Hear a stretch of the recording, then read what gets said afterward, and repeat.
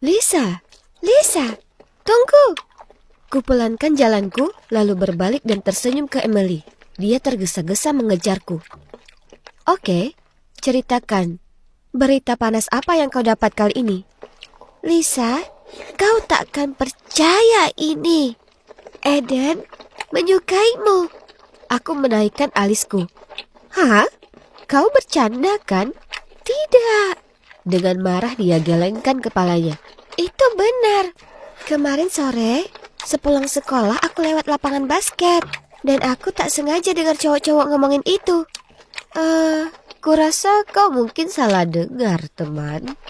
Saat kulanjutkan perjalanan ke sekolah, aku tak bisa berhenti memikirkan kata-kata Emily. Seolah-olah Eden Woodson, cowok paling populer di seluruh sekolah, menyukaiku. Tak mungkin. Apa kami bahkan pernah saling bicara? Oh iya, pernah sekali di perpustakaan dia mau minjam penaku. Belum lagi mantan ceweknya, Sarah, merupakan kapten tim pemandu sorak. Jadi, ya, kalian sudah pasti tahu betapa cantik dan populernya dia. Mereka putus hanya karena dia pindah. Sementara, lihat aku. Bakat? Wah, kemampuan koordinasiku nol. Berkat jarak pandangku yang pendek. Cantik? Enggak.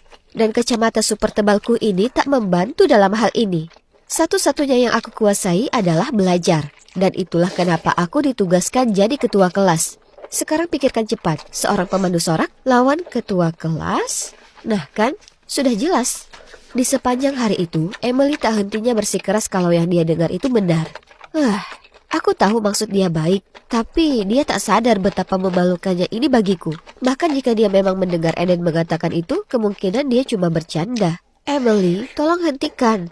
Aku cuma mau mengantar berkas ini ke kelas Bu Pierce, lalu pulang. Tapi Lisa...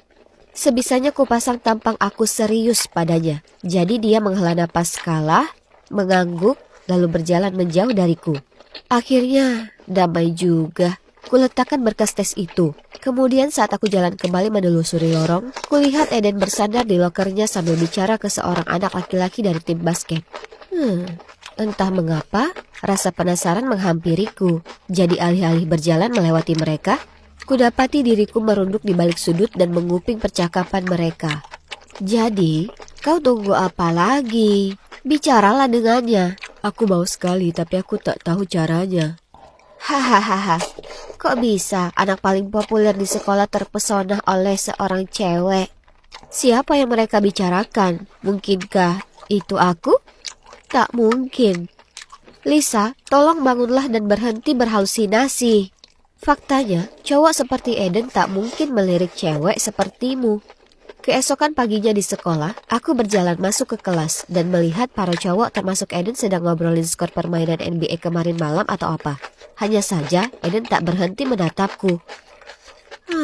Apa ada sesuatu di wajahku? Mataku berpapasan dengannya dan kemudian dia langsung berpaling dan melanjutkan percakapan dengan teman-temannya seolah tak terjadi apa-apa. Hah? Apa maksudnya itu? Kemudian selama kelas kimia berlangsung, aku terus merasa ada yang aneh di belakangku.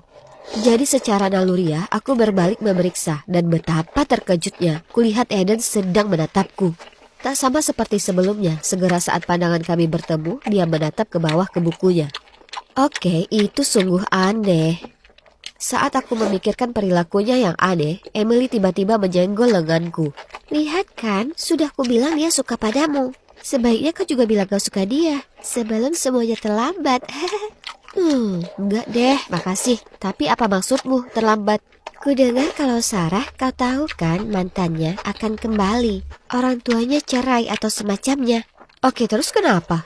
Ayolah Lisa, dia menyukaimu. Tapi aku tak suka padanya.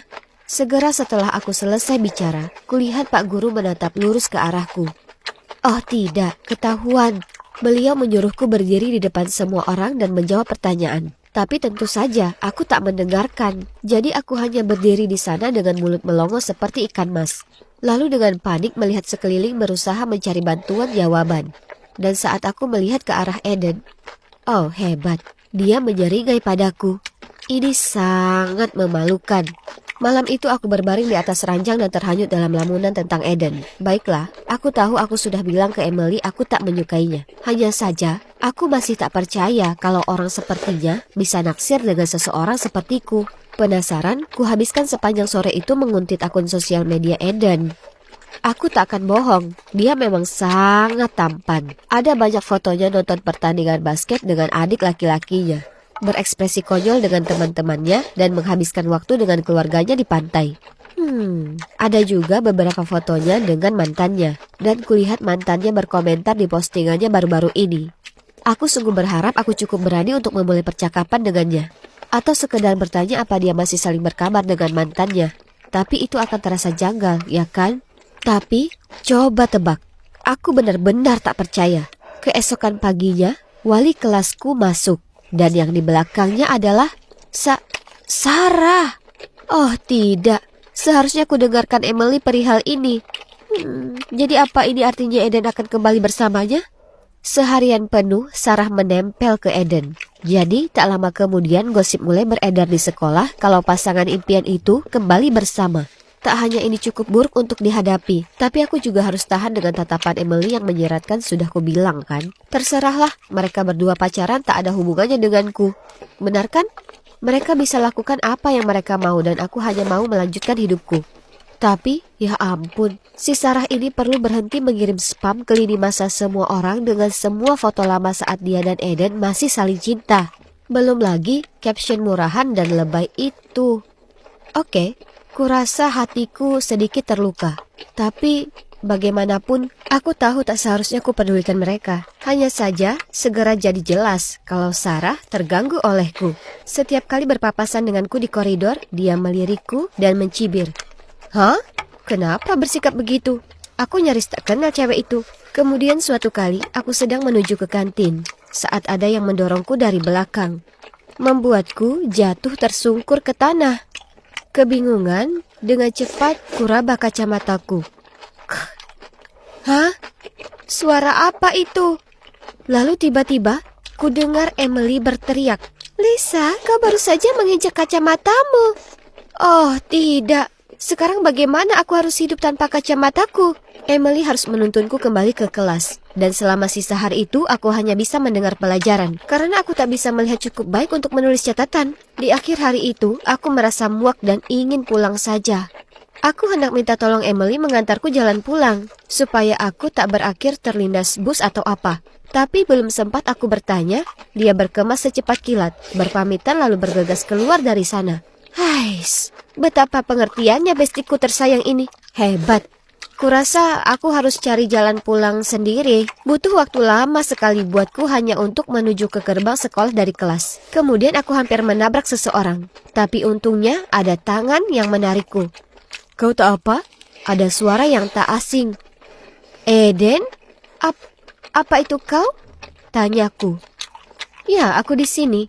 Dan aku tak akan biarkan kau mati dalam pengawasanku. Jadi aku akan mengantarmu jalan pulang. Dia meraih tanganku. Jantungku seolah salto. Dia lalu menuntunku ke toko kacamata terdekat supaya aku bisa beli yang baru. Setelahnya, dia masih bersikeras mengantarku pulang. Dan di perjalanan, kami ngobrol banyak. Terutamanya soal keluarga kami dan kecintaan kami pada film indie. Tetap saja, tak bisa tidak aku memikirkan Sarah dalam benakku. Aku hanya ingin menanyakan padanya tentang hubungan mereka. Tapi sekarang bukan waktu yang tepat, ya kan? Beberapa hari kemudian, selama ujian matematika berlangsung, aku merasa ada yang mengenai punggungku lalu terjatuh ke tanah. Jadi aku memungutnya. Tapi sebelum dapat kulihat itu apa, Pak Guru datang mendekat, mengambil dan membukanya. Ternyata itu jawaban ujian. Oh tidak, aku berusaha membela diri. Tapi beliau bilang aku akan dihukum dan tak boleh ikut ujian lagi. Apa? Aku tak boleh dapat F untuk ujian matematikaku. Itu akan merusak transkrip nilai dan riwayat aplikasi kuliahku. Aku menangis kepadanya kalau ini tak adil. Saat tiba-tiba, Eden berdiri dan berkata, Pak, itu lembar saya, bukan Lisa.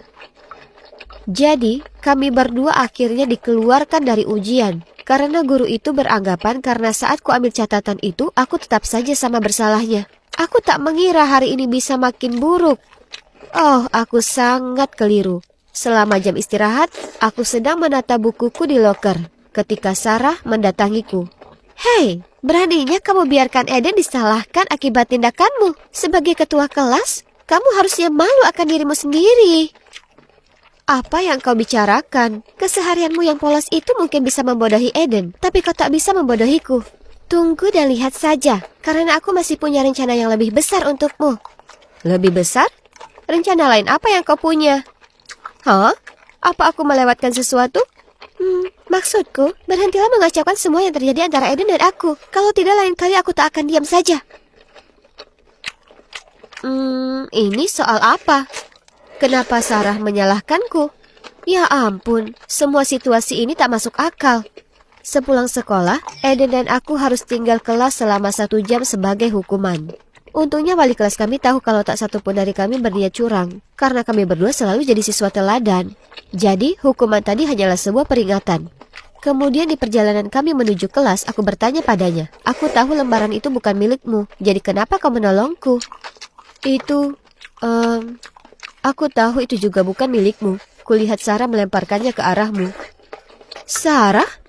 Ya, dia juga dalang yang membuat kacamatamu pecah. Dia mendorongku? Tapi kenapa? Itu aku. Aku minta maaf. Dia lakukan itu karena dia tahu aku menyukaimu. Apa? Apa aku salah mendengarnya? Eden baru saja bilang kalau dia menyukai aku? Lisa, aku menyukaimu. Sudah sejak lama. Apa kau mau pergi denganku kapan-kapan? Ada jeda yang canggung saat kuresapi kata-katanya. Dia sungguh menyukaiku. Oh wow, ini sungguh gila. Aku tersenyum lebar, lalu mengangguk padanya dan berseru. Ya, aku suka itu. Jadi setelahnya kami mulai berpacaran. Tapi ini tak diterima dengan baik oleh Sarah. Suatu sore, aku sedang jalan menyeberangi halaman sekolah saat Sarah muncul dan memberiku tatapan sinis yang mana ku acuhkan. Tiba-tiba, dia mendorong bahuku, mencibir lalu pergi. Dengan cepat ku tegakkan diri lalu berteriak padanya. Hei Sarah, aku belum sempat berterima kasih padamu. Sarah langsung berbalik dan menatap dengan bingung. Kau tahu, karena membuat Eden dan aku jadi bersama dengan tulus, aku berterima kasih mak comblang kami. Lalu aku tersenyum dan pergi. Aku cukup yakin dia masih berdiri di sana menatapku dengan mata berapi-api. Tapi hei, kan dia yang mengerjaiku duluan. Oh itulah karma. Oh iya, aku cuma ingin kalian tahu bahwa jika kalian suka seseorang, maka jangan rendahkan dirimu sendiri. Jadilah percaya diri dan berani katakan ke mereka apapun yang kalian rasakan. Karena tak semua orang cukup beruntung punya mak comblang hebat seperti Sarah untuk membantu.